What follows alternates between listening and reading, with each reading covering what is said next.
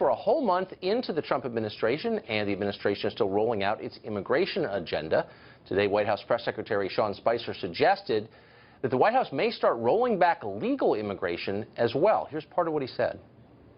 I wanted to see if this White House and President Trump have any interest in curtailing legal immigration going forward. Again, we got to look at this from a priority level. Right now, there's millions of people in this country that are in the country illegally. I think the focus continues to be that 800,000 or 900,000 that have already had an order to have them removed and get them processed through in a way that continues to keep America safe.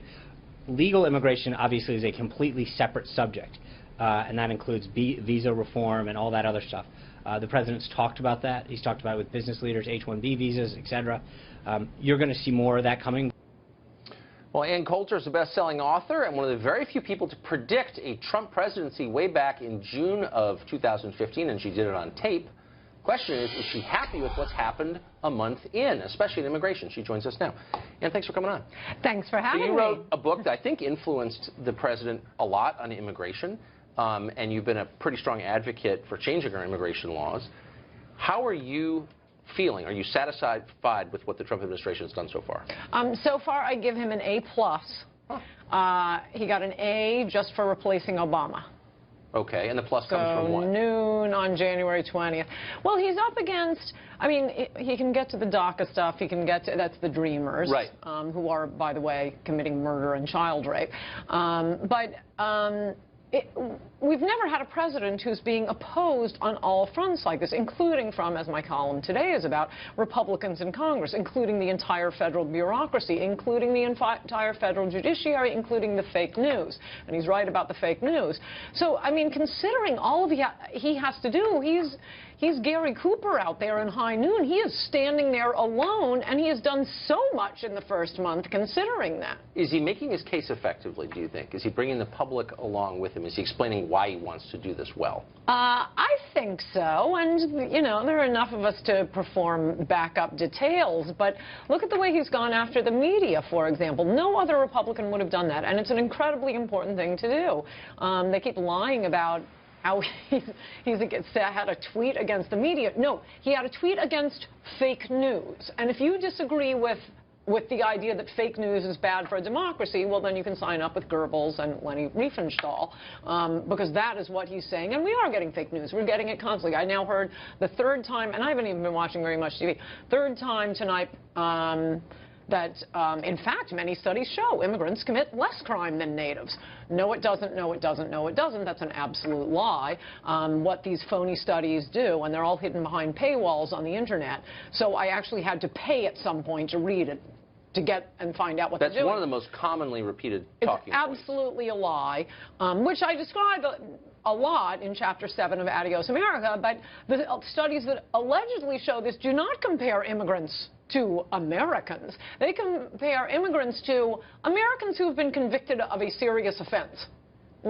No, we wanted to get immigrants who are better than ex-cons here in America. It's not comparing it to all Americans. So none of the studies are a flat comparison between recent arrivals and native-born Americans. That's right, and thank heaven. I mean, one of the great things, one of the reasons Trump is getting an A+ is putting Sessions at Department of Justice, because could we get some numbers on this? As I describe in Adios America, the government hides this information. They won't tell us how many immigrants are in prison, and I don't mean just illegal immigrants. Legal immigrants, I mean, isn't that worse? The government checked you guys out and let you in. The government won't tell us that information, and I hope under Trump we will start to get some genuine information. It's just like the claims on voter fraud, for example. I'm so glad Trump brought that up. Wait, so just to back up 1 sec. So just the bottom line on the crime question is, in absolute terms, immigrants, legal and illegal, are more likely to commit a crime than native-born Americans. All the evidence suggests that. I mean, I go through that in Chapter 7, and since the government won't tell us, I notice that only my side is asking for the facts. Their side is not asking for the facts. Why can't the government just count? How many immigrants are in prison? I mean, they've had significant contact with the government. Right. They've been arrested. They've been prosecuted. They're sitting in prisons that we are paying for Could you count? No, the census can't tell us that. Why do you think they don't? I mean, they count everything else. Because I think they know what the answer would be, which is why I think it's worth pointing out. I'm the one who wants the answer. Our side wants the absolute numbers. So what I did in Adios America is I looked at other things. One place where you can get some of this information is looking at prisons, because prisons need to know the nationality of their prisoners because of gang warfare.